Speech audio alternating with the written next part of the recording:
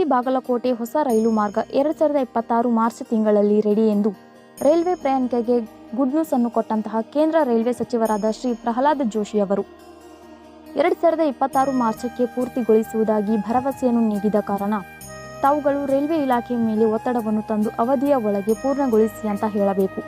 ಈ ಮುಂಚೆ ರೈಲ್ವೆ ಇಲಾಖೆ 2020ಕ್ಕೆ 2022ಕ್ಕೆ ಹಾಗೂ 2025ಕ್ಕೆ ಕುಡಚಿಯವರೆಗೂ ಪೂರಾ ಕಾಮಗಾರಿ ಮುಗಿಸಿಕೊಡುತ್ತೇವೆ ಅಂತ ಸುಳ್ಳು ಹೇಳಿದ್ದು ತಮ್ಮ ಹಿಂದಿನ ರೈಲ್ವೆ ಸಚಿವರುಗಳು ಕಾರಣ ತಾವುಗಳು. ರೈಲ್ವೆ ಅಭಿವೃದ್ಧಿ ಬಗ್ಗೆ ವಿಶೇಷ ಕಾಳಜಿಯನ್ನು ಹೊಂದಿದ್ದು ಲೋಕಾಪುರವರೆಗೆ ಕಾಮಗಾರಿ ಮುಗಿದಿದ್ದು ಇದೆ. ಇಲ್ಲಿ ಪ್ರಯಾಣಿಕರು ರೈಲು ಪ್ರಾರಂಭಿಸಿ ನಿರ್ಮಾಣಗೊಂಡ ಕಟ್ಟಡಗಳ ಸಂರಕ್ಷಣೆಯ ಜೊತೆಗೆ ಪ್ರಯಾಣಿಕರಿಗೆ ಅನುಕೂಲ ಮಾಡಿಕೊಡಬೇಕು. ಬಾಗಲಕೋಟೆ ಕುಡಚಿ ರೈಲು ಮಾರ್ಗ ದಾದ್ನಟ್ಟಿವರೆಗೆ 6.6 ಕಿಲೋಮೀಟರ್ ಮಾರ್ಚ್ 2026ರವರೆಗೆ ಪೂರ್ಣ 2026ರವರೆಗೆ ಪೂರ್ಣಗೊಳ್ಳಲಿದೆ ಎಂದು ಹೇಳಿದ್ದು, ಆದರೆ ಅದು ಇನ್ನೂ ಮುಧೋಳ್ನವರೆಗೆ ಮಾತ್ರ ಕಾಮಗಾರಿ ಬಂದು ನಿಂತಿದೆ ಎಂದು ರಾಜ್ಯ ರೈಲ್ವೆ ಹೋರಾಟ ಸಮಿತಿ ಅಧ್ಯಕ್ಷರಾದಂತಹ ಕುತುಬುದ್ದೀನ್ ಖಾಜಿ ಬೇಸರ ವ್ಯಕ್ತಪಡಿಸಿದ್ದಾರೆ.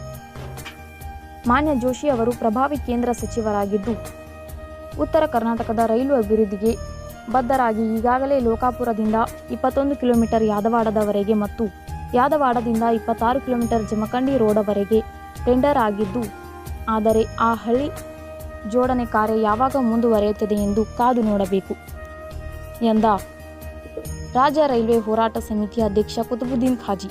ವರದಿ ಕಲ್ಯಾಣಪ್ಪ ಎಸ್ ಬಾಂಗಿ, ಜಮಖಂಡಿ. ಸಂಪಾದಕರು ದಿಲೀಪ್ ದಾಶಾಳ್. ಮುಂದಿನ ಸುದ್ದಿಯೊಂದಿಗೆ ಮತ್ತೆ ಭೇಟಿಯಾಗೋಣ. ನಮಸ್ಕಾರ ವೀಕ್ಷಕರು. ಜಮಖಂಡಿ ಈ ಭಾಗದಿಂದ ಹೈಕೋರ್ಟ್ ಪೀಠ ಈಗ ಕೆಲಸ ಅದು ಆದ್ಮೇಲೆ ನಮ್ಮ ಕಡೆ ಬಂದಿದೆ ಸರ್. ಟೈಮ್ ಹಿಡಿದು ಈಗ ನಾವು ಕೊಟ್ಟ 8,000 ಕೋಟಿ ರೂಪಾಯಿ ಕರ್ನಾಟಕಕ್ಕೆ ಕೊಟ್ಟಿದ್ದೀವಿ. 3 ವರ್ಷದಿಂದ ಸತತವಾಗಿ 8,000-8,500 ಕೋಟಿ ರೂಪಾಯಿ ಕೊಡ್ತಾ ಇದ್ದೀವಿ ಕಾರ್ಯಗಳು. ಈಗ ನಮ್ಮ ವಿಷಯ ಏನು ಸರ್? ಒಂದು ನಿಮಿಷ. 5 ವರ್ಷ 6 ವರ್ಷದಿಂದ 8,000-7,000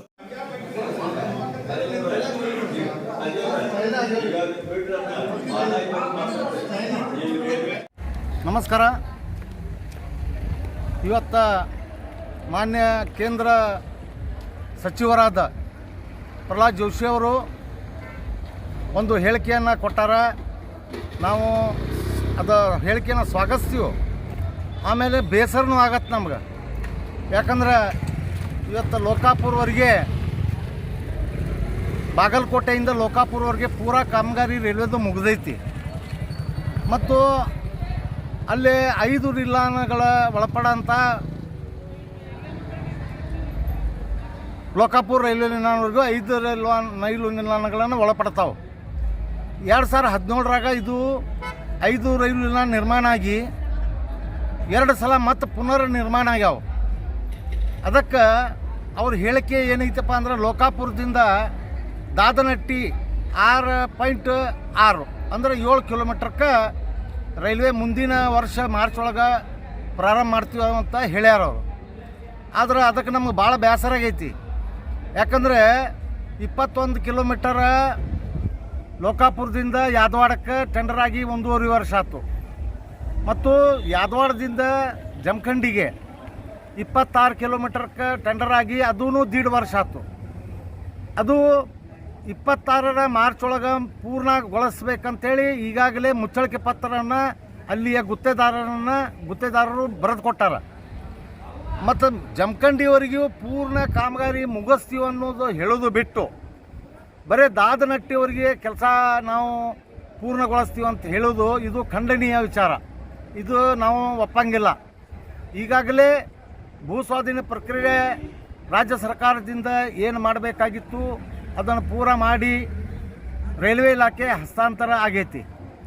ಅದರಂತೆ 17ರಾಗ ಮುಗಿಯುವಂಥ ಇದು ಯೋಜನೆ ಇವತ್ತು 25 ಮುಗಿಯಾಕೆ ಬಂದರೂ ಈ ಯೋಜನೆ ಇನ್ನೂ ಜಮಖಂಡಿಗೆ ತಲುಪಿಲ್ಲ. 816 ಕೋಟಿ ರೂಪಾಯಿ ವೆಚ್ಚದಾಗ ಅನುಷ್ಠಾನಕ್ಕೆ ಬಂದಂಥ ಈ ಮಾರ್ಗ ಇವತ್ತು 4,000 ಕೋಟಿ ರೂಪಾಯಿಗೂ ಮಿಕ್ಕಿ ಖರ್ಚು ಮಾಡುವ ಪರಿಸ್ಥಿತಿ ನಿರ್ಮಾಣ ಇವತ್ತು ಸರ್ಕಾರಗಳು ಇರಲಿ, ಇವತ್ತು ಸರ್ಕಾರದ ಪ್ರತಿನಿಧಿಗಳ ನಿರ್ಲಕ್ಷ್ಯದಿಂದ ಈ ಯೋಜನೆಗೆ ಹಿನ್ನಡೆ ಆಗಿದೆ. ಅದಕ್ಕೆ ದಯವಿಟ್ಟು ಮಾನ್ಯ ಪ್ರಹ್ಲಾದ್ ಜೋಶಿ ಅವರು ಈ ಯೋಜನೆ 2026 ಮಾರ್ಚಕ್ಕೆ ಜಮಖಂಡಿ ರೋಡ್ ಅಲ್ಲಿವರೆಗೂ ಪೂರ್ಣಗೊಳಿಸೋಕೆ ರೈಲ್ವೆ ಇಲಾಖೆ ಅಧಿಕಾರಿಗಳ ಮೇಲೆ ಒತ್ತಡ ತರಬೇಕು. ಅದರಂತೆ ಜಮಖಂಡಿಯಿಂದ ಇನ್ನೂ ಕುರ್ಚಿಯವರೆಗೆ ಇನ್ನೂ 60 ಕಿಲೋಮೀಟರ್ ಕಾಮಗಾರಿ ಉಳಿದೈತಿ. ಅದಕ್ಕೆ ಕಾಮಗಾರಿ ಪ್ರಾರಂಭ ಮಾಡೋಕ್ಕೆ ಪ್ರಯತ್ನ ಮಾಡಬೇಕು, ಶ್ರಮ ಮಾಡಬೇಕು. ಸಂಬಂಧಪಟ್ಟ ರೈಲ್ವೆ ಮಂತ್ರಿಗಳಿಗೆ, ರೈಲ್ವೆ ಇಲಾಖೆ ಅಧಿಕಾರಿಗಳಿಗೆ ಆದೇಶನ ಮಾಡಬೇಕು. ಆಮೇಲೆ ವಾಸ್ತವಿಕವಾಗಿ ಏನು ಸ್ಥಿತಿ ಐತಿ, ಹೆಂಗೆ ಕೆಲಸ ನಡೆದೈತಿ ಅನ್ನುವಂಥದ್ದು ಮಾನ್ಯ ಮಂತ್ರಿಗಳು ಅದನ್ನು ಪರಿಶೀಲನೆ ಮಾಡಬೇಕು, ವೀಕ್ಷಣೆ ಮಾಡಬೇಕು, ಮಾಡಿಕೊಂಡು ಅವರು ಹೇಳಿಕೆ ಕೊಡಬೇಕು. ಆದರೆ ಈಗಾಗಲೇ ರೈಲ್ವೆ ಅಧಿಕಾರಿಗಳು ಭಾಳ ನಿರ್ಲಕ್ಷ್ಯ ಮಾಡ್ಯಾರ, ಭಾಳ ಅವ್ರಿಗೆ ದುಡ್ಡಿನ ಬ್ಯಾನಿ ಇಲ್ಲ.